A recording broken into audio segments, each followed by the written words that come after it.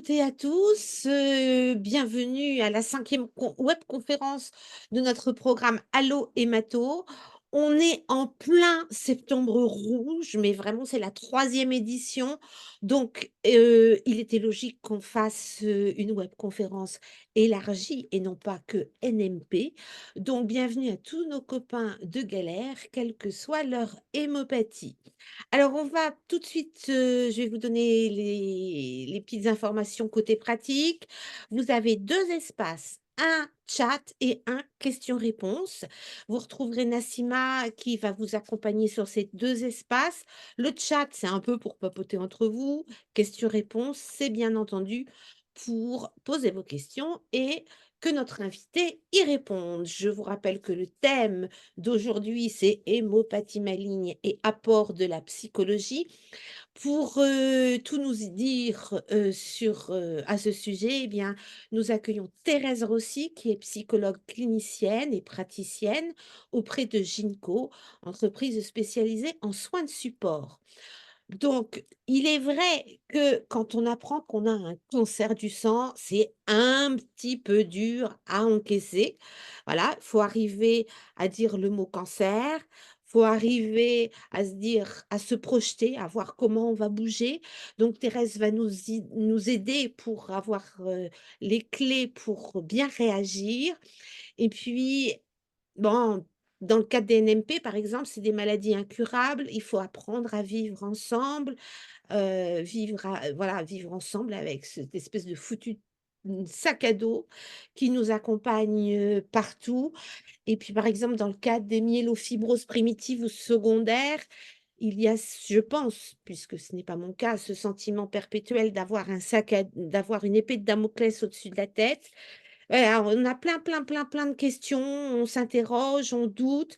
J'avoue, moi, perso, avoir eu la chance d'avoir eu un psychologue à mes côtés au moment du diagnostic et je pense que ça a été, voilà, les 6 premiers mois, que du bonheur pour arriver, à vivre avec et puis maintenant, regarder la vie du bon côté avec des belles lunettes roses parce que de toute façon, on n'a pas le choix. Alors Thérèse, je vous laisse la parole et à vous. Merci pour cette belle introduction, puis surtout pour l'introduction positive sur la psychologie, parce qu'on n'a pas toujours ce genre de représentation aussi, hein. Ah ben Voilà. sans mon psychologue, je crois que j'aurais pas tenu, plus de 2 mois quoi, à tout casser. Sans voilà, j'aurais pleuré, peut-être un peu trop, alors que là, Mhm.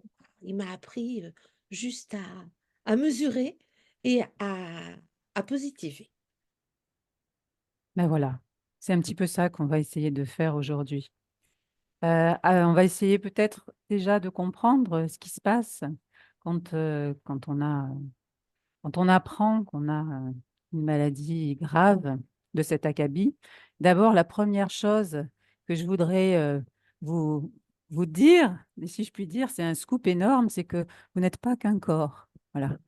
Et c'est vrai qu'on a plutôt tendance à penser que le cancer, c'est uniquement le corps.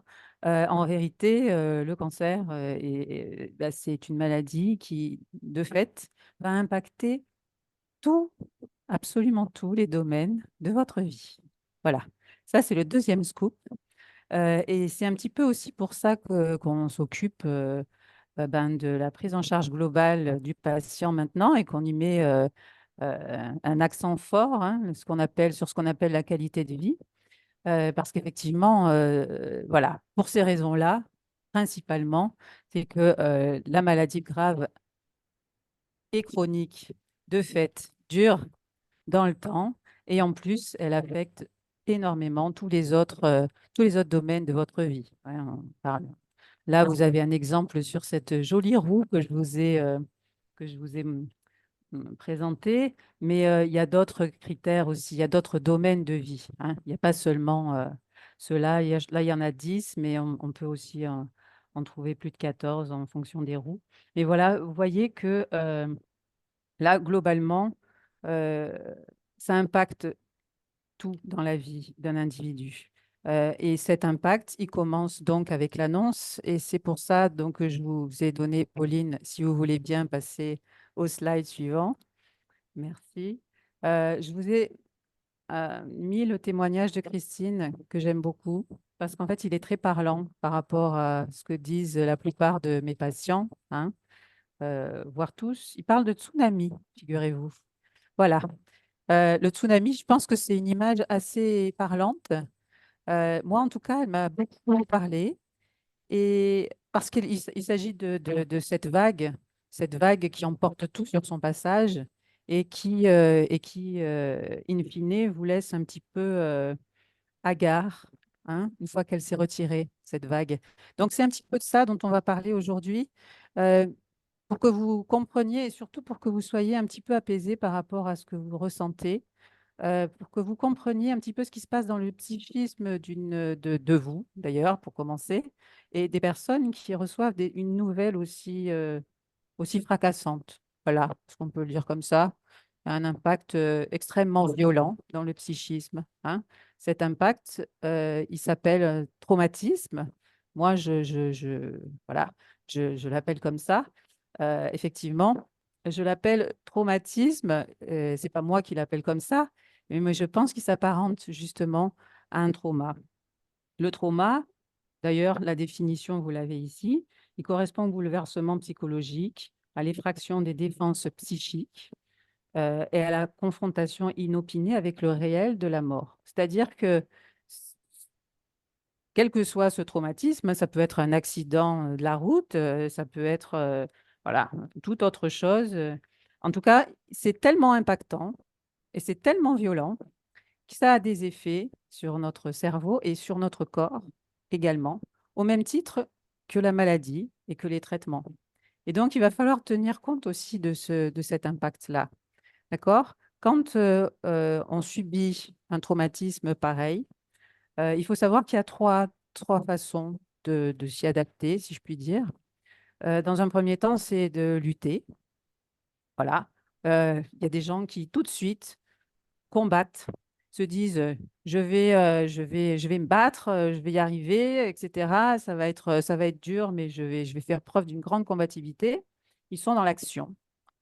Il y a d'autres personnes qui vont fuir, hein, c'est ce qu'on appelle un petit peu le déni, qui vont se dire voilà, ils sont tellement secoués qu'ils ne vont pas se rendre compte vraiment de ce qui se passe, ou alors ils vont se dire non, c'est pas vrai, c'est pas vrai, c'est pas vrai, ça n'existe pas. Hein, d'accord?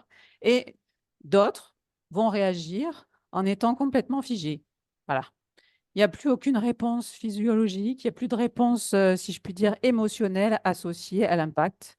Et là, paf, justement, on est dissocié. Ce qu'on appelle dans notre jargon de psy, c'est la dissociation, c'est-à-dire que d'un côté, il va y avoir vos émotions et de l'autre, votre mental. Et effectivement, ça donne des personnes qui ont le sentiment qu'il ne se passe rien pour eux. Vous voyez. Non, c'est pas vrai. Enfin, voilà. Moi, je me sens bien, hein. Ils viennent en consultation. On m'a dit d'aller voir un psy, mais en fait, moi, je me sens bien. Je n'ai pas le sentiment du tout que j'ai besoin de quoi que ce soit. Non, non, je vous assure, tout va bien, hein. Voilà. Donc ça, vous voyez l'impact de cette violence-là sur le psychisme, c'est que, paf, voilà, d'un coup, il y a tout qui s'effondre, qui s'effoire, hein, si je puis dire. Voilà. Donc, ce stress post-traumatique, on appelle ça le stress post-traumatique, euh, a- il a plusieurs conséquences dans votre vie. Ça peut être justement des reviviscences de cette annonce ou de l'avant-après, la reviviscence de ce souvenir avec le médecin qui vous parle. Ça peut être un discours récurrent, une phrase qui se répète constamment dans votre tête. Ça peut être un sentiment de hypervigilance aussi, hein, vis-à-vis de tout ce qui se passe autour de vous. Voilà. Euh, donc, je vous disais aussi la dissociation, les troubles anxieux, etc. C'est-à-dire, voilà, vous dormez moins la nuit. euh, vous pouvez avoir aussi des crises d'angoisse ou de panique ou des troubles de l'humeur aussi, hein. C'est-à-dire que vous pouvez passer du rire aux larmes sans vraiment comprendre ce qui se passe. Et tout ça a un impact, évidemment, dans votre vie quotidienne sans que forcément vous en ayez conscience. En fait, c'est ça qu'il faut, je pense, dire, euh, voilà, peut-être peut-être que vous avez conscience de tout ce qui s'est passé, tout ce qui s'est produit émotionnellement en vous, mais peut-être que d'autres vont mettre beaucoup plus de temps avant de pouvoir remettre des mots sur cette histoire, euh, accepter ce qui se passe, etc. Et effectivement, pour moi, cette acceptation-là, c'est un processus qui dure plus ou moins longtemps en fonction de la personne que vous êtes. Et il faut savoir, une chose importante que je voudrais vous dire dans un premier temps, c'est que comme les flocons de neige, sont tous différents. Chacun de vous est différent. Chacun de nous est différent. Voilà. C'est-à-dire que chaque pathologie est différente. Chaque traitement sera évidemment différent, mais surtout, chacun de vos corps sont différents. Et donc, nos cerveaux vont traiter les choses d'une façon différente aussi et vont se désintoxiquer des traitements et de cette maladie d'une façon différente également. Donc, il n'y a pas une seule manière de vivre cette expérience. Bah, il y a autant de manières de vivre ce stress et puis sa résilience à court, moyen, long terme, hein, surtout à long terme, qu'il y a d'individus différents. Voilà. Et ça, je pense que ça, c'est très important que ben voilà, que vous le sachiez, et parce que justement, ça va beaucoup nous aider aussi dans la bienveillance et l'acceptation de ce processus-là, de la bienveillance vis-à-vis de vous-même. Alors, il y a des auteurs qui ont écrit et traduit l'impact du stress sur la vie psychique des individus. Alors, bien sûr, même si on est tous différents, il y a quelques similitudes, évidemment, c'est normal, hein. Les flocons de neige sont tous différents les uns des autres, mais ils se ressemblent énormément. C'est comme des jumeaux, hein, d'accord? OK. Donc, moi, j'aime bien, j'aime bien ce modèle-là parce qu'il est assez explicatif de ce qu'on ressent quand on est en situation de stress aigu, par exemple, hein. Le stress, il y a les différentes phases du traitement de l'adaptation du stress par le corps, hein. Vous voyez qu'il y a un niveau de résistance, entre guillemets, normal, parce que si le stress n'est pas trop aigu, pas trop fort, le corps peut résister un certain temps jusqu'à ce que, vous voyez bien qu'avec la durée, le corps ne résiste plus et finit par s'épuiser sous l'impact de ce stress. Et plus ce stress est violent, plus ce stress est élevé, moins le corps a cette capacité de résister et de s'adapter. Et a fortiori, dans la durée, il tient beaucoup moins bien, hein. Et donc, il va entraîner un épuisement.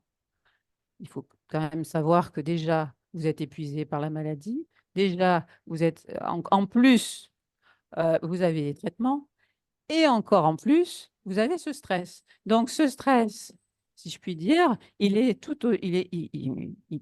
nocif, clairement. Voilà.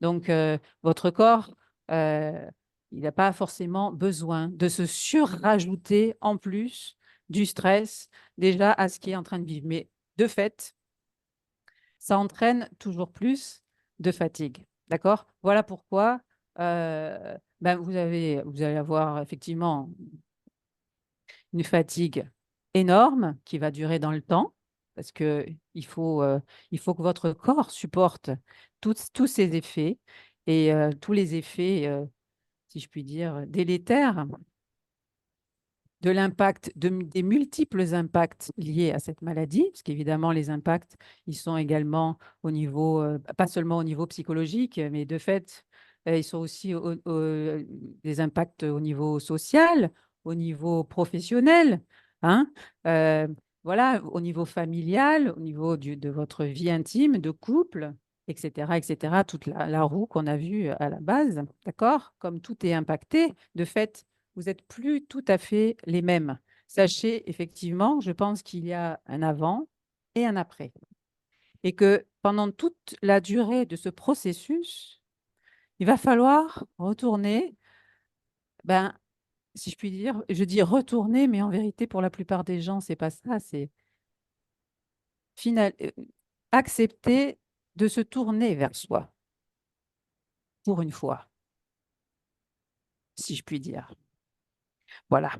Donc ça, c'est pour les effets de l'impact du stress et de fait du stress violent sur le corps. Et il y a des outils quand même pour justement apaiser, calmer toutes ces angoisses. Donc on va commencer pour le moment, ce qu'on sait, en tout cas d'un point de vue plutôt scientifique, c'est que cette fameuse technique de MDR, peut-être vous avez entendu parler, il s'agit de retraitement de l'information traumatique par les mouvements oculaires ou par les tapotements, comment dire, alternatifs, hein. Ces mouvements alternatifs permettent de retraiter les informations traumatiques et de pouvoir, de fait, je vous disais tout à l'heure, je vous parlais de dissociation, ce terme est particulier et intéressant dans le trauma, c'est-à-dire qu'il va relier à nouveau votre mental avec vos émotions. Voilà. Et ça, c'est important pour pouvoir travailler ensuite euh, ben, la parole, retrouver votre histoire, reconstituer les choses et pouvoir les retraiter naturellement, voilà, et les accepter de fait un peu plus tard, par la suite. Il y a aussi la thérapie cognitivo-comportementale. Je ne sais pas si vous en avez entendu parler non plus. Là, il s'agit plutôt de retraiter aussi bien sûr le traumatisme, mais c'est plutôt au niveau des pensées et des émotions aussi, avec une autre technique, hein, qui est plutôt cognitive, c'est-à-dire on retraite, je vais vous montrer un slide après à ce propos. Voilà, on retraite l'histoire aussi traumatique de la personne en reprenant les pensées sources. Vous savez qu'on a des pensées sources sur soi, hein, qui inculquées, apprises, intégrées, que nous avons intégrées dans notre enfance, hein, qui nous ont été dites tout le long de notre enfance et qui fonctionnent toute la vie, si je puis dire, ou presque, comme des croyances à peu près certaines sur qui on est. Voilà. Et on va aussi se servir de ces croyances-là pour éventuellement, à d'autres moments, les modifier, les remanier, si je puis dire, pour qu'elles soient plus douces et euh, un peu plus proches de la réalité que ces espèces de fausses croyances qu'on a sur soi. Donc la thérapie cognitivo-comportementale, elle est intéressante aussi pour traiter les troubles de stress aigu, je dirais. Pour le psychotrauma, c'est vraiment le MDR. Je pense que c'est ce qui a fait ses preuves, vraiment. Mais pour les troubles anxieux, par exemple, la TCC marche très bien. Il y a une autre technique que j'aime beaucoup, c'est l'éducation thérapeutique.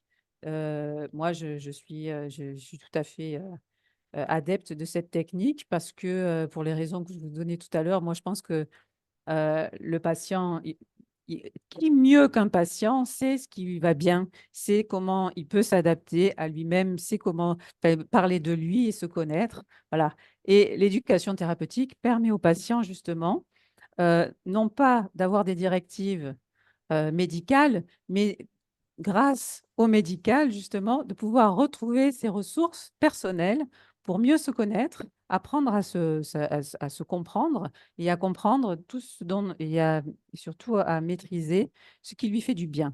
Et grâce aux autres aussi, le groupe fonctionne très bien parce que justement, quand vous vous retrouvez dans un groupe de parole ou un groupe à médiation thérapeutique, vous vous retrouvez en confiance avec des gens qui vous comprennent. Voilà. Et rien que ça, c'est apaisant de se dire: «Je ne suis pas la seule, je ne suis pas le seul». Finalement, voilà, je ne suis pas anormal, je ne suis pas stupide, je ne suis pas fou, hein. Parce qu'on peut avoir aussi, tellement de difficultés au niveau, par exemple, hein, ouais, qu'on peut se dire: «Mais attends, mais» il y a des patients qui me disent: «Mais je suis devenu Alzheimer, quoi». C'est-à-dire, j'ai plus de cerveau, ma capacité de concentration est vraiment, réduite, de plus en plus et donc j'ai peur, en plus d'avoir, une pathologie dégénérative. Voilà. Ce qui est pas du tout le cas. mais ces troubles cognitifs s'expliquent de fait par euh, toutes les difficultés énoncées juste avant. OK? Donc là, du coup, ça permet aux patients d'apaiser tout de suite ses craintes. Et vous voyez que l'importance d'apaiser ses craintes, c'est énorme. Donc, moi, je suis pro groupe de parole, éducation thérapeutique. Ça, je trouve ça génial. Dans un deuxième temps, euh, euh, on apprend énormément les uns des autres. Et moi-même, j'en ai animé beaucoup, beaucoup. Et j'ai appris beaucoup aussi de vous. Donc, on parlait donc de ces fameuses techniques thérapie EMDR. Si vous avez besoin des slides, évidemment, on vous les enverra, je pense. Mais voilà, hein, le retraitement de l'information euh, pour pouvoir, euh, pour pouvoir mettre au passé le traumatisme. D'accord? Le traumatisme, l'impact psychique fait que vous restez toujours avec cette histoire comme si elle était au moment présent. Et le MDR vous remet cette histoire à sa place, c'est-à-dire dans le passé. C'est tout l'intérêt, hein. C'est-à-dire qu'elle n'a plus un impact complet sur votre instant présent où elle va pas, votre angoisse ne va pas se figer sur un objet systématiquement. Voilà, l'histoire sera dans le passé. Donc, on remet les choses dans le bon ordre. Et ça, c'est très intéressant. Ça, c'est pour la thérapie EMDR. Et ce que je vous disais tout à l'heure, pour la TCC, hein, voilà, c'est que à partir de vos émotions, mais encore une fois, là, il faut avoir retrouvé ses émotions.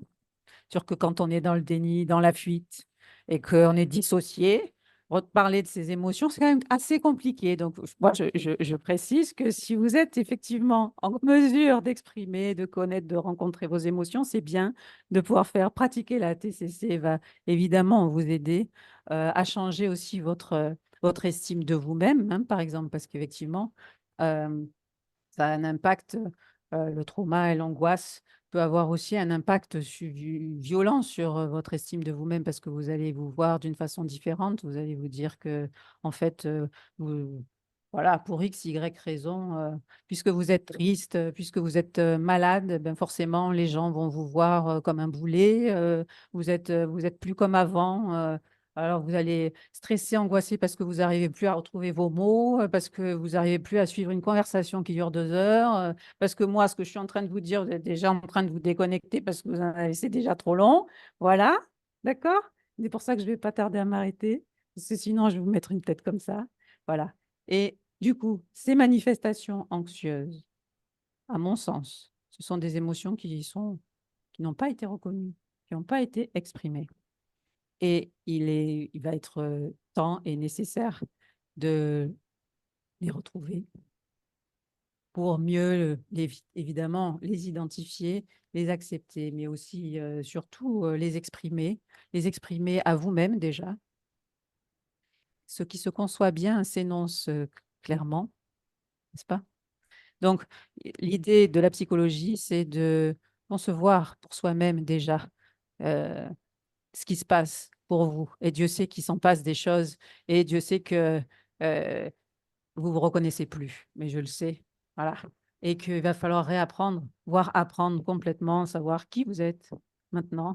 Déjà, si vous vous intéressiez à vous avant, ce serait déjà une très bonne chose. Pour la plupart de mes patients, ils ne s'intéressaient pas à eux. Là, ils disaient, mais moi, m'intéresser à moi, me comprendre, et savoir qui je suis, en fait, ça ne m'intéresse pas. Voilà. Et pourtant, croyez-moi, c'est primordial de s'intéresser à soi parce que vous allez pouvoir repérer aussi ce dont vous avez besoin. Et vous allez pouvoir aussi l'exprimer à votre famille, à votre père, à votre mère, à votre conjoint, qui lui comprend rien non plus, qui eux aussi ont été impactés gravement pour d'autres raisons, mais effectivement, ils ont eu peur de vous perdre. Et en plus, ils sont face à quelqu'un qui a changé, quelqu'un qui a plus la même motivation qu'avant, voilà, etc., etc. Et toutes les questions qui se posent. Et il faut savoir aussi que notre entourage ne sait pas toujours ce que c'est un cancer et a fortiori une maladie chronique. Voilà. Et qu'ils tombent des nues, bien souvent. C'est pas parce que, ah, mais ma grand-mère, oui, puis ma belle-mère aussi, elle a eu un cancer. Hein. Ouais, bah oui, c'est pas grave. Ah oui, mais non, mais ça va passer. Ouais, c'est un peu genre, après les traitements, c'est comme la grippe, ça s'arrête. Sauf que, non, non, c'est pas ça. Et la plupart des personnes qui nous entourent s'imaginent que ça va s'arrêter, que vous allez redevenir la personne que vous étiez avant, et vous aussi. Sauf que c'est pas tout à fait comme ça que ça se passe. Donc, il va falloir vous suivre progressivement dans votre vie, apprendre à mieux vous observer, à mieux vous connaître, être à l'écoute de votre corps, de ses limites, de son nouveau rythme, parce que des limites avant, autant vous n'en aviez pas, parce que vous étiez superwoman, parce que vous étiez à la vaisselle, et en même temps au repas, et en même temps avec vos enfants, et une super nana pour votre mari, et en plus une super professionnelle. Ouais, sauf que là, il y a des moments où effectivement, c'est plus possible. Hein. Voilà. Parce que effectivement, le psychisme à ce point impacté, eh ben, il retourne à lui, de fait. Donc, il va falloir le suivre. Parce que quand vous essayez d'approcher, par exemple, une personne qui a un grand brûlé, hein, vous verrez bien qu'il ne va pas se laisser approcher. Voilà. Et du coup, il va se renfermer de plus en plus pour essayer de se soigner et de ne pas être trop impacté par l'extérieur. OK.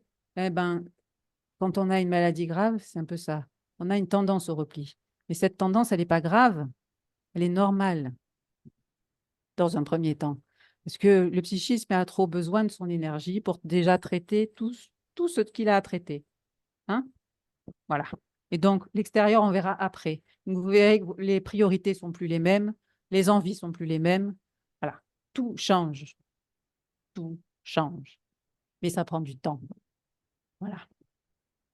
Je pense que j'ai fini de vous embêter. Waouh! On parlera des troubles cognitifs si ça vous intéresse plus tard. Voilà. Oui, bah, allez-y, ou vous préférez qu'on vous pose des questions ou Ouais, vous ouais, ouais, posez-moi des questions. parlez Ben des oui, je vais troubles pas être la seule cognitifs? à parler, c'est trop Non, dommage. non, non, non. Vous avez parlé d'apprendre ou de réapprendre à s'écouter, à se connaître. C'est vrai que tout change, mais est-ce qu'on peut créer nos propres outils pour avancer? Mais bien sûr, et c'est même une prérogative, bien sûr. On n'est pas là pour vous imposer des outils, absolument pas. On est là c'est un accompagnement. C'est un D'accord, accompagnement sur ce parcours. Encore une fois, c'est un parcours de retour à soi, d'accord? Un oui. parcours de redécouverte de soi. OK. Mais, et du coup, c'est une découverte. C'est une découverte. Donc, vous n'allez pas faire toutes les découvertes d'un coup. Vous allez, de toute façon, le faire progressivement sur votre chemin. Vous allez ramasser des champignons, vous allez ramasser des glands, vous allez ramasser, voilà, vous allez trouver des fleurs, machin. Vous allez vous dire, est-ce que ça me va? Est-ce que ça me va plus? Vous allez faire procéder par essai-erreur tout le temps. Et le thérapeute, c'est pareil, il vous suit dans ce cheminement, il vous accompagne. Il n'est pas là pour vous donner la méthode toute faite. Encore une fois, vous êtes unique. Et votre Oui, histoire on est peut unique. avoir on peut avoir donc moi, je pensais à un truc idiot, mais moi j'ai, sorti un livre, par exemple. J'ai écrit un livre, un journal de bord pendant 1 an. Voilà, la première année de ce diagnostic qui a suivi le diagnostic et c'était un moyen d'expurger, de partager aussi ce que je vivais Bien et sûr. puis il y a un moment où le point final, a semblé, voilà, il était temps d'arrêter parce que ça faisait 1 an. Mais on peut très bien aussi peut-être, sortir par des de l'art ou des choses comme ça. Tout Il y à a pas fait. d'outil clé, quoi. C'est vraiment chacun de Ah oui, ah oui. Et puis surtout, vous allez voir que peut-être vous allez très certainement, dans ce cheminement, trouver des choses que vous ignoriez. C'est-à-dire que vous allez avoir peut-être retrouvé des hobbies, peut-être vous allez vous intéresser à des choses auxquelles vous n'aviez jamais pensé. C'est tout l'intérêt, hein. Bien sûr qu'il faut s'exprimer de quelle que soit la façon, mais c'est s'exprimer. Et la créativité est une des meilleures façons de s'exprimer, bien sûr. C'est très important, très important. Je vous y encourage un maximum.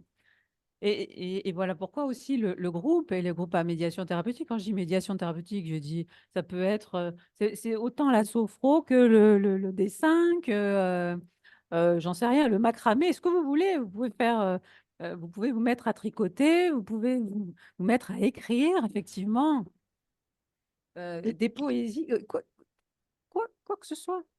Mais D'accord. exprimez-vous, oui, quelle que soit la manière. Oui, oui, ne pas garder en fait, l'idée, c'est de ne pas garder pour soi Non, cette espèce de foutue pathologie, et de se faire ronger ni dicter nos vies par cette pathologie. ni par cette pathologie, ni par personne d'ailleurs. D'accord. Retrouver justement le sens, le vrai sens de votre vie, le vrai sens de votre personne, de votre être, de votre personnalité. Voilà. Ça va être, c'est le point fort de ce bouleversement. Voilà. Il faut tout refaire. Vous voyez, le tsunami, quand la vague est passée et qu'elle se retire, il y a des trucs qui sont restés, même si c'est un peu branquignol, et tout le reste a été détruit. Il faut refaire. Vous voyez, imaginez le temps qu'il faut pour refaire une ville. Hein. Bon, ben là, c'est ça. C'est ça. La vague est passée, elle s'est retirée. Il y a un temps où on est complètement hagard, où on se dit, mais par quoi je vais commencer tellement c'est le bordel, excusez-moi l'expression, et progressivement, on commence par quelque chose, et puis on va trouver autre chose, et puis il y a un copain qui va vous aider, et puis voilà. Et de cette manière-là, on va reconstruire les mailles. Hein. Ah. D'accord. Et Alors on a peut-être qu'à la fin, la ville, elle n'aura plus rien à voir avec la première. Et c'est évident. C'est évident. Voilà oui, pourquoi je dis tout va changer. Parce que, effectivement, quand vous détruisez un village, même si vous le reconstruisez à côté ou au même endroit, ce ne sera jamais le même village. oui. Alors on a une question de Mm. Mylène. Je trouve que notre cancer étant chronique n'impacte pas de la même manière que ceux qui ont un cancer du sein, par exemple. Ce n'est pas pour nous un combat très difficile, ponctuel à mener, mais plutôt un combat à vie, moins lourd, mais éternel. Est-ce que c'est la même façon, est-ce que la façon de gérer donc la pathologie est la même? Non, bien sûr, effectivement. Et puis de toute façon, encore une fois, les pathologies sont différentes, mais les gens aussi. Voilà. Donc, il y a pas une façon unique de gérer les pathologies. Il faut savoir que quand même un cancer du sein, pardon, est une maladie chronique. D'accord, C'est-à-dire que le cancer du sein et ses symptômes, même si le traitement dure un certain temps et puis s'arrête, ok, après on peut être en rémission et puis ensuite on peut ne plus souffrir, entre guillemets, de ce cancer. Néanmoins, les symptômes et les effets secondaires peuvent durer entre 5 et 10 ans. Il faut le savoir. Hein. Donc, effectivement, c'est deux manières de le vivre. Effectivement, il y a des cancers qui se voient physiquement, elles perdent leurs cheveux, etc. Il y a des cancers dont vous parliez qui ne se voient pas. Hein. Donc, effectivement, l'impact qu'on a par rapport au public et à la société n'est pas le même non plus. Donc, on ne va pas non plus le gérer de la même manière, mais toujours pareil, en fonction de qui vous êtes. Et ça aussi, ce sera différent de mois en mois et d'année en année. La façon dont vous allez le vivre, le gérer, ça va changer, va évoluer en permanence. d'accord. Alors, comment peut-on aider un proche de manière efficace si on prend conscience de sa souffrance, alors même que ce proche se défend de souffrir tant au propre qu'au figuré? Waouh! Oui, c'est ce dont on parlait tout à l'heure. Hein, des personnes qui sont dissociées un peu dans le déni, hein, voilà, et qui disent tout va bien, tout va bien. Ouais, ouais. Effectivement, il y a toujours un moment pour ces personnes-là où il y a un craquage. Vous voyez. Peut-être que ces personnes-là, elles ne vous le diront pas. Peut-être qu'elles pleurent quand vous avez le dos tourné. Peut-être qu'elles ont des troubles de l'humeur, justement, des troubles du sommeil, des tas de choses comme ça. Et on pourra peut-être le voir sous l'angle plutôt psychosomatique, c'est-à-dire que c'est des personnes qui vont multiplier les difficultés, les maladies, etc., et qui ne vont pas forcément avoir de conscience tout de suite qu'elles souffrent psychiquement. Voilà. Et puis, il y a aussi des personnes qui n'ont pas envie de parler, qui n'ont pas envie justement de dire ce qu'elles vivent, euh, et a fortiori à des proches. Voilà. C'est aussi pour ça qu'il y a euh, d'autres, il n'y a pas que des thérapeutes, hein, pour ça. Il y a d'autres moyens de s'exprimer. Voilà. Soit justement, euh, ça peut être n'importe quoi, mais ces personnes-là, elles vont s'exprimer autrement. Voilà, de toute façon. Et tout le monde n'aura pas la nécessité, tout le monde n'aura pas forcément recours à la psychothérapie. D'accord. Sauf Donc, si elles sont au pied du mur, acculées. Voilà. Pour certaines, en tout cas. donc Oui, pour cette pardon. personne, le conseil, c'est de prendre patience et qu'un Oui. jour, de toute façon, ça va bouger. Oui. Et de pouvoir aussi leur dire, bah voilà, je pense que tu vis des choses très difficiles, mais voilà, sache qu'on est toujours là pour t'accompagner s'il y a besoin de quoi que ce soit. Voilà, rester ouvert, mais pas forcer la main. D'accord. OK. Alors, encore, il y a d'autres questions, bien entendu. Au cours de la maladie, nous pouvons rencontrer un paradoxe entre le désir de dire aux autres qu'on est malade pour qu'ils nous comprennent. Parce que, par exemple, pour le cas de ces cancers du sang, il y en a beaucoup qui sont invisibles. Il y a certains cancers où on n'a pas de chimio, on perd pas nos cheveux. Et Mhm. en même temps, le désir de le cacher pour continuer à vivre normalement. Donc, on est pris un peu en sandwich, quoi. Mhm. Qu'est-ce qu'il faut faire d'après vous? Est-ce que vous avez la recette miracle? Alors, non, nous les psys, on n'a pas de recette miracle. OK? Encore une fois, il n'y a pas la bonne réponse ou la mauvaise réponse. Il y a votre réponse en fonction de là où vous en êtes, de ce que vous avez envie de vivre et comment vous avez envie de montrer et de faire les choses. Voilà. Peut-être que dans un premier temps, ça va être dans certaines circonstances de vie, vous n'allez pas avoir envie d'en parler et c'est votre droit le plus strict. Voilà. Et l'idée, c'est d'être à l'aise avec ça. OK? Je n'ai pas envie d'en parler, donc j'en parle pas. Et puis, ça plaît pas, je m'en fiche. Voilà. OK? L'idée, c'est que vous soyez à l'aise avec ça. Et dans d'autres circonstances, même vous allez éprouver le besoin, l'envie d'en parler. Et ça vaut encore une fois votre droit le plus strict. Voilà. Et parce que vous aurez vos raisons, eh ben, elles sont nobles. Respectez-les. Oui, donc porter un jour un t-shirt «J'ai un cancer du sang» et Et je l'en j'emmerde, c'est possible. c'est top. Ouais. On va pas m'interner pour autant. Absolument pas, non. Peut-être que vous allez attirer énormément de gens, au contraire, qui vont avoir envie de vous parler, et peut-être que vous allez vous rendre compte qu'autour de vous, il y a énormément de gens qui ont du cancer du sang, puis qui n'en ont pas parlé non plus parce qu'ils n'ont pas osé porter le t-shirt, parce qu'ils n'ont pas osé en parler. Et que là, du coup, vous allez tout de suite faire tomber les tabous, quoi. D'accord, donc ça, j'y pense. Donc, Alors, pensez-y. Mm. oui, oui, je vais peut-être même le mettre en pratique très vite. Alors, j'ai une question, il y a une question, se tourner vers soi. Vous avez dit se retourner, se réapprendre, à savoir qui on est. J'ai peur de devenir égoïste, qu'on ne me Ah. comprenne pas, que je devienne plus feignante. Comment cela va être sur du long terme? Alors ça, c'est effectivement la réponse classique, hein. Si je m'occupe pas que des autres comme avant, eh ben, on va me dire que je suis égoïste. Si je m'occupe de moi, si je dis, si je revendique ce que je veux ou ce que je veux pas, on va penser que je suis égoïste. Mais ça, c'est vraiment une pensée dans notre société, hein, voilà, qui nous a été inculquée depuis qu'on est tout petit, c'est-à-dire si tu fais pas tes devoirs, eh ben, tu n'auras pas ceci ou cela. Si tu es pas sage, ben, je t'aimerai pas. Voilà, c'est ce que j'appelle l'amour conditionnel, conditionné, hein, où on doit être méritant. Or, euh, c'est pas ça, l'amour, hein, en vérité. Vous n'avez rien à mériter du tout. C'est pas parce que vous allez faire des bonnes actions qu'on va plus vous aimer. C'est pas parce que vous allez correspondre au regard des autres et aux attentes des autres qu'on va plus s'intéresser à vous ou qu'on va vous respecter. C'est faux. Tout ça, c'est faux.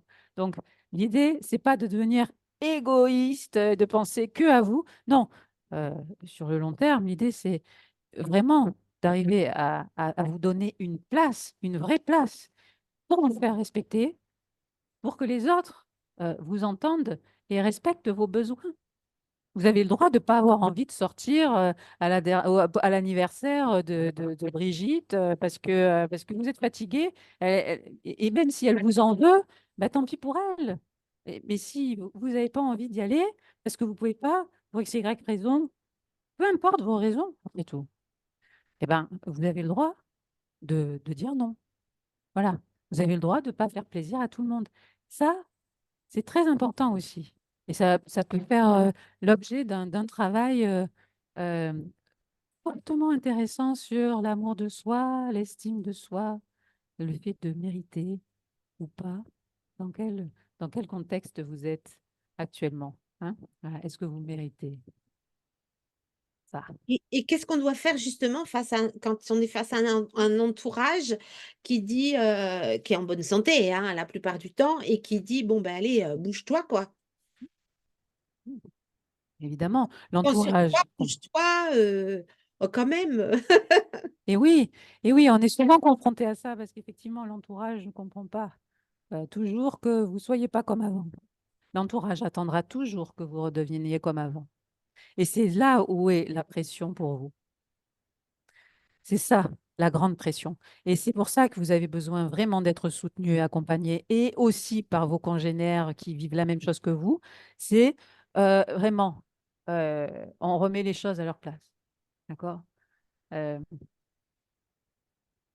vous n'allez pas pouvoir faire plaisir comme avant parce que vous n'avez pas l'énergie nécessaire pour ça. OK? Donc, il va falloir déjà que ce soit clair pour vous, ce que vous pouvez faire, admettre et quels sont vos besoins. Et ensuite, vous allez pouvoir les exprimer à l'autre.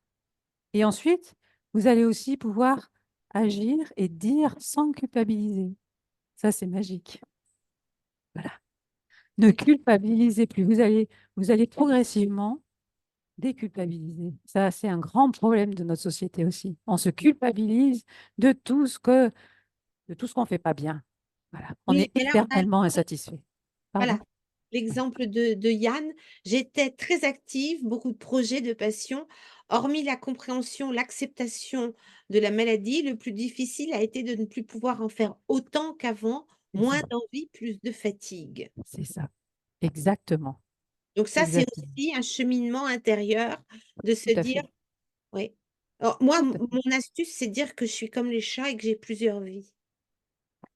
Je sais pas si ça tient la route, mais Peu importe, voilà, c'est votre astuce. Elle est voilà. très bien. Donc, elle est à vous, elle tient la route. Très bien. Voilà, d'accord. Alors, on a aussi la question de Sylvie qui a eu beaucoup de mal à comprendre sa maladie, qui ne lui a pas été annoncée clairement et qu'elle a découvert toute seule et elle a une myélofibrose. Alors, c'est sûr que heu, trouver, toutes les informations, en pianotant sur internet et tout ça, c'est pas non plus l'idéal. Et qu'est-ce qu'il faut qu'elle fasse? Est-ce qu'il faut qu'elle se fasse aider? Est-ce qu'il faut qu'elle revoie son hémato en lui disant: «Bon Toto, maintenant tu m'expliques les choses»? Ah oui, moi je pense, oui. Oui, c'est ce que moi Ah je oui. ferais en tous les cas. Mais c'est vrai qu'on a certains hématologues qui nous disent pas les choses, qui veulent peut-être prendre des gants, hein, en Oui. fonction des personnalités. Mais si votre oncologue comprend, parce que clairement vous avez besoin du diagnostic, d'accord? Vous l'avez bien identifié pour vous-même et c'est très important pour vous. Et que si vous le dites à votre oncologue, j'ai besoin de ce diagnostic, s'il vous plaît, donnez-le-moi. Il D'accord, vous le donnera. OK. Alors, on a quelqu'un qui nous dit: «Je suis au début du mon diagnostic et j'ai comme envie de partager avec tout le monde ma maladie, d'en parler beaucoup, de la rendre probablement visible et parfois je crains que ceci puisse faire mal aux autres ou de les mettre en difficulté. ou bien je crains de tomber dans la victimisation et que je provoque de la pitié, que je voilà, parce que je m'en plains ou que je sois un imposteur. Ce n'est pas un cancer comme les autres, j'ai peu de symptômes ou d'effets secondaires, c'est «moins grave» entre guillemets que d'autres cancers. Oui, il y a certains même médecins qui ont causé dire que c'était un gentil concernant les NMP, c'était des gentils petits cancers du sang, mais en fait, il y a pas de gentils cancers. Donc comment cette personne peut arriver à s'en sortir quoi, à se dépatouiller entre, ses craintes de victimisation et c'est vrai qu'on nous regarde avec de la pitié, c'est pas non plus le pied, quoi. Non, mais justement, l'idée progressivement va être de se défaire de ce regard, de ces regards des autres. Finalement, c'est surtout des suppositions, hein, encore une fois. On ne sait pas ce qui se passe dans la tête des autres, en vérité. Voilà. Mais on a notre plus grande crainte, c'est ce qu'on s'imagine des autres. Voilà. Et l'idée, c'est de sortir de ça. Voilà. Même si les autres sont, si je puis dire, entre guillemets, honnêtes, en vous disant voilà, ben, qu'ils sont mal à l'aise avec ça, tant mieux, comme ça au moins vous savez où vous en êtes. Et puis, euh, si cette personne vous dit je préfère qu'on n'en parle pas, ou alors de toute façon, toi, tu as un cancer, je ne pense pas que quelqu'un vous réponde un jour ton cancer, c'est pas grand-chose. Même s'il le pense très fort, il ne va pas vous le dire, ou alors il est mal poli. Hein, voilà. Bon, mais ceci dit, l'idée, c'est ça. C'est plus vous allez vous centrer plus sur vous, sur vos besoins, sur votre besoin, vous, de dire les choses, parce que c'est votre besoin. Voilà. Et plus vous allez vous décentrer du regard des autres. Et là, finalement, vous allez être beaucoup plus libre. L'idée, c'est ça. Libérez-vous. Vous avez assez de fardeau comme ça à porter. Vous n'allez pas en plus vous embêter avec les hypothétiques pensées des autres. Vous imaginez bien que c'est too much là. Voilà. Donc, il y a un moment donné, progressivement, vous allez vous délester des cailloux que vous avez dans le sac.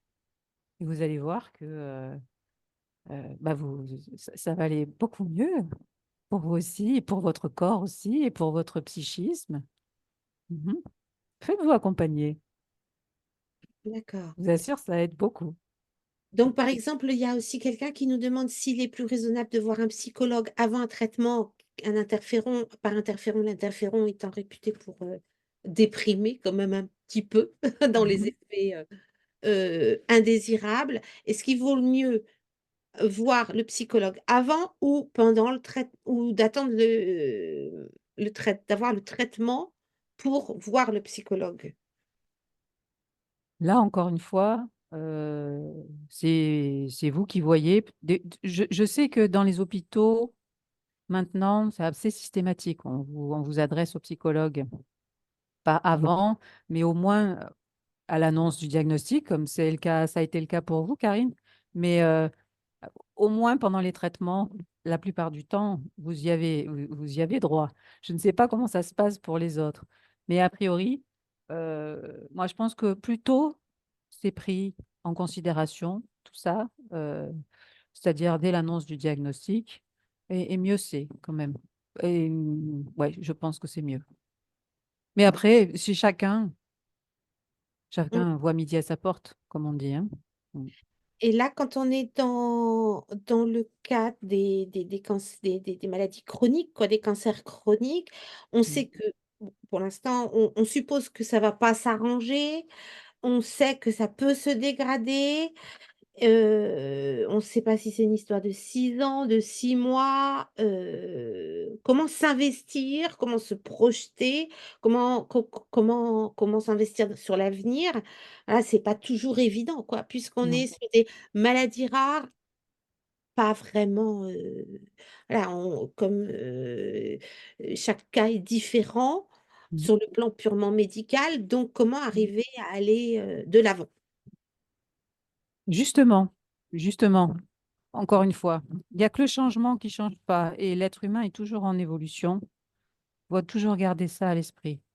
Autant votre maladie est évolutive, elle évoluera, mais vous aussi, vous allez évoluer en même temps. D'accord?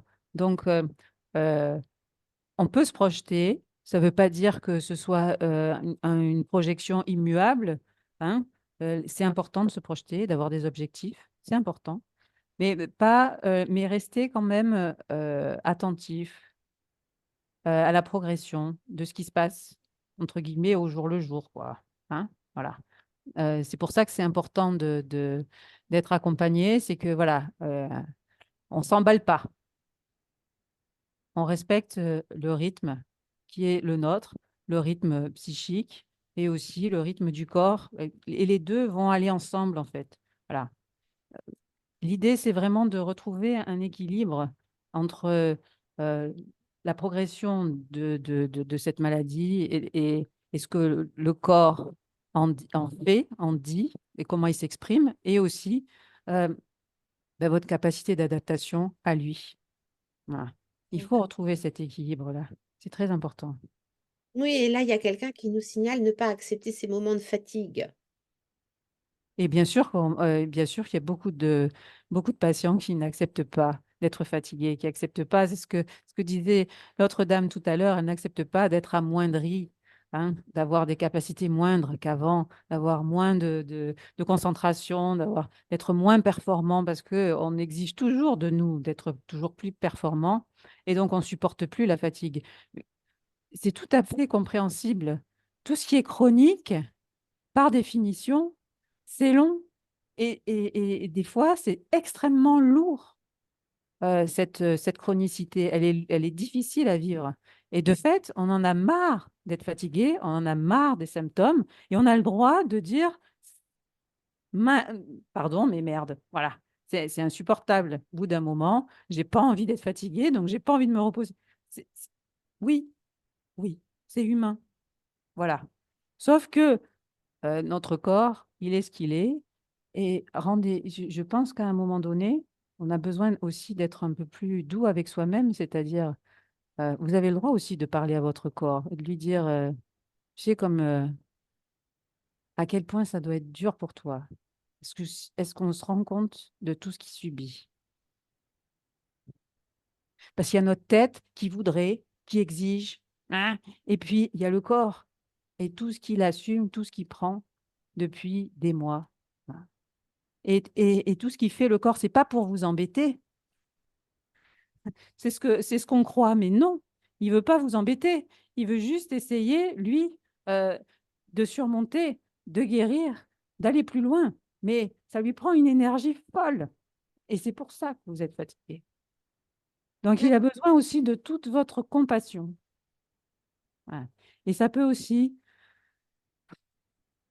ouais, vous avez le droit d'être en colère. Vous pouvez lui dire, excuse-moi, je suis en colère contre toi. Je savais comme ça m'énerve, mais lui aussi, ça l'énerve. Voilà. Essayez d'avoir un dialogue avec lui, parce que vraiment, vraiment, vous méritez d'avoir ce dialogue-là entre vous et vous, parce que c'est vraiment un moment de reconnexion avec vous-même. C'est très important pour que vous puissiez retrouver une harmonie, un équilibre et plus de confiance en vous. Mm. Alors, on a une question de Anne qui nous dit: «Je fête cette année». Alors moi, ce que j'aime d'abord, c'est le mot fête, ça me plaît beaucoup. Cette année, mes 20 ans de diagnostic. Ce qui me gêne le plus, c'est la réflexion: «Mais tu n'as pas l'air malade». Ce que j'analyse comme si les autres minimisaient l'impact du cancer. Comment réagir à ça? Comment elle réagit à ça? Oui, mais elle cherche des clés justement pour réagir. Je ne sais pas, je n'en sais pas Est-ce qu'il plus. y a des clés pour réagir? Je ne sais pas.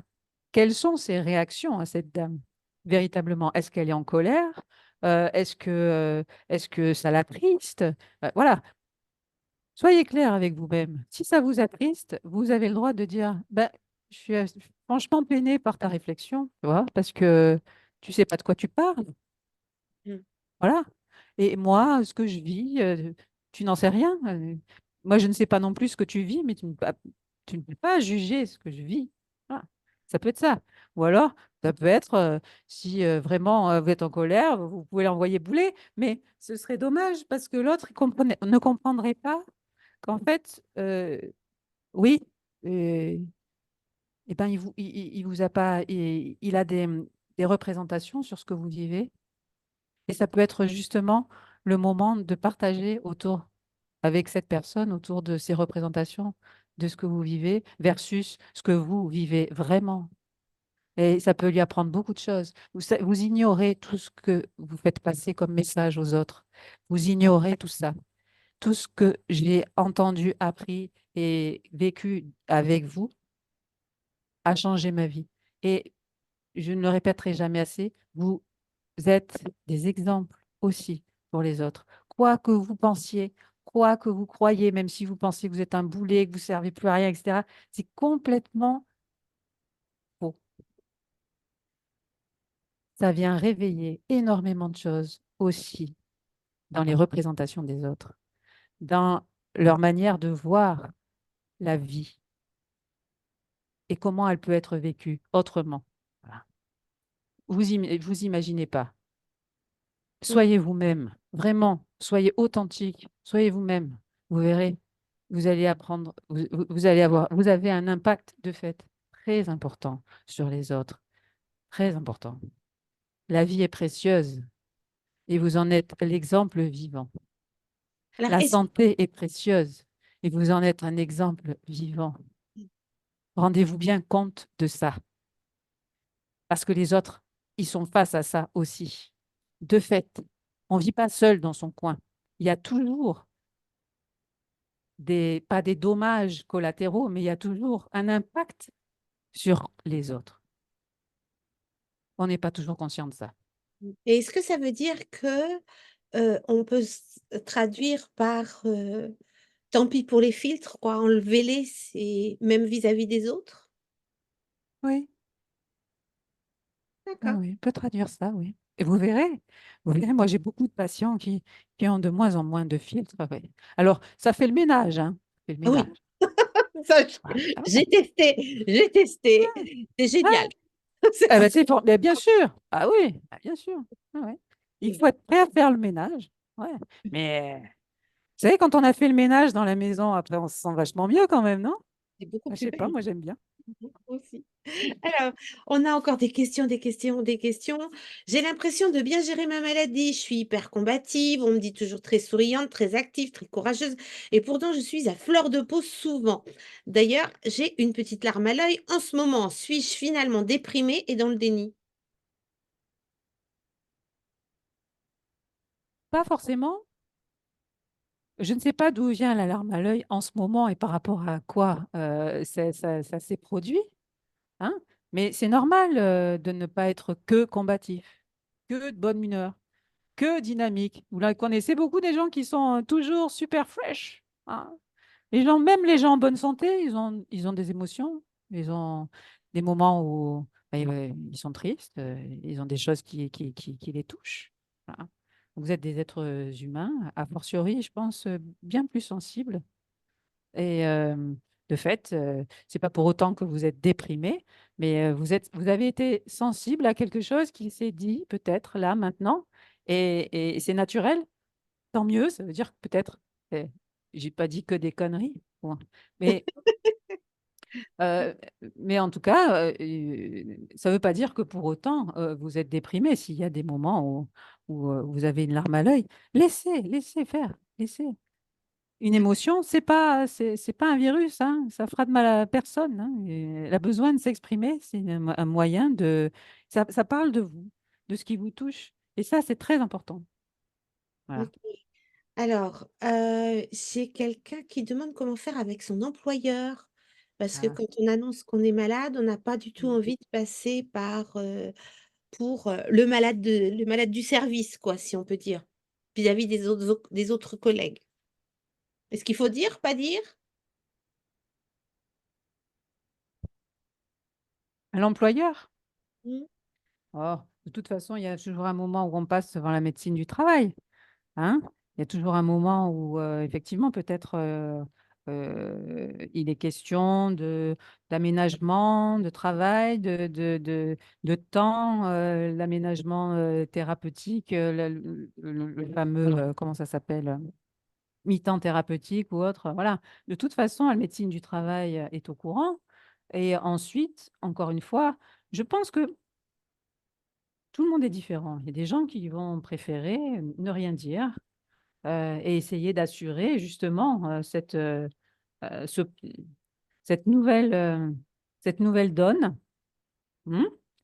Et puis, il y a d'autres personnes qui vont décider justement de l'assumer complètement et effectivement, ça peut provoquer des réactions qui peuvent être, positives, très étonnantes, voilà, de la part de vos collègues ou de votre, de votre hiérarchie. Voilà et ça et puis ça peut aussi vous permettre de trouver des aménagements plus facilement, si les personnes sont au courant. Mais encore une fois, il y a pas de bonne, et de mauvaise réponse. C'est vraiment en fonction de qui sont vos interlocuteurs, qui sont vos collègues, leur capacité à recevoir les choses et puis vous, à votre capacité aussi de pouvoir les dire et dans quelle mesure vous avez envie aussi qu'ils le sachent. Voilà. D'accord. Alors une dernière question, comment trouver un groupe de parole près de chez soi? Les réseaux. Les réseaux de cancérologie sont bien foutus en général, hein. Moi, je travaille depuis 10 ans, enfin, j'ai travaillé 10 ans au moins à la Ligue dans les Yvelines qui offre, pas mal de choses aux patients, y compris, d'ailleurs des consultations psychologiques individuelles. Voilà. N'hésitez pas à vous rapprocher des réseaux de cancérologie. Il y en a pléthore, hein. Vous allez sur internet, vous regardez. Ce sont des réseaux qui sont, heu départementaux, donc chaque département a sa ligue, hein, voilà, où il y a l'ARC aussi et cetera. Donc il y a plein de réseaux. Il y a aussi d'autres, types, de d'ouverture aux patients, hein, comme la maison des patients à Paris, il y a plein de choses. Renseignez-vous sur internet. D'accord. Groupe de Alors, parole, renseignez-vous patients. sur internet, mais n'allez pas lire tout et n'importe quoi quand même. Voilà, ça sera Ouais. un Non, non, conseil. c'est ça, juste Voilà, juste, voilà, renseignez-vous par juste rapport à ce qui est possible de voilà, faire, on parlait des groupes de parole, hein, voilà. voilà, tout Voilà, à fait. il s'agit simplement et les réseaux sont bien faits, ils sont bien construits et au pire des cas, vous pouvez téléphoner et ils vous indiqueront comment la marche à suivre. OK. Bah, écoutez, merci infiniment Thérèse. J'espère Ouais. qu'on a pu vous aider. Je remercie aussi l'entreprise Ginco pour ce partenariat. On est à votre disposition si vous avez besoin des coordonnées de Thérèse Rossi. Je remercie nos soutiens institutionnels que sont Novartis, GSK, AOP et BMS. Merci aussi à Nassima et Pauline qui étaient aux manettes derrière leur écran. La date de la prochaine webconférence, c'est le 17 septembre, donc dans pile une semaine.